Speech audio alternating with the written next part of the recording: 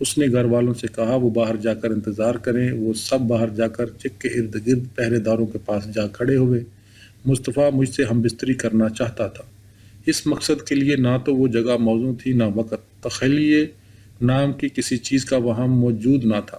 باہر کھڑے گھر والوں کی باتیں مجھے سنائی دے رہی تھی۔ اس کے علاوہ میری صحت بھی ٹھیک نہ تھی۔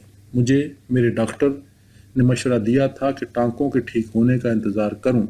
میں بہت خوفزدہ ہو گئی۔ میں نے اسے بتانے کی کوشش کی کہ میری صحت ٹھیک نہیں اور مجھے صحت مند ہونے میں کم از کم 6 ہفتے لگیں گے۔ اس نے ذرا برابر پرواہ نہ کی۔ میں نے اسے بتایا کہ گھر کے لوگ باہر کھڑے ہیں، پولیس والے باہر کھڑے ہیں، یہ وقار سے بہت ہی گری ہوئی بات ہوگی۔ ہماری جتنی عمر کو پہنچنے کے بعد لوگ اس طرح کی حرکتیں نہیں کرتے۔ مجھے بعد میں باہر جا کر ان سے آنکھیں چار کرنی ہے، میرا سر شرم سے نیچا ہو جائے گا۔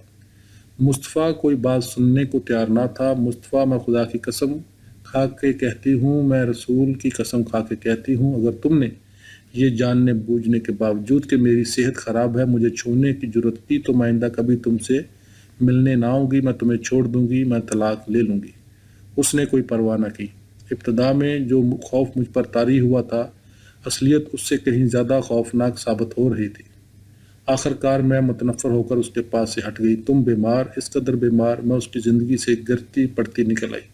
اس نے صلح کرنے کی کوشش کی، مجھے معاف کر دو، تمہاری بیوی بن کر رہنا ناممکن ہے، مجھے یہاں چھوڑ کر نہ جاؤ، خدا کے لیے میرا کیا بنے گا؟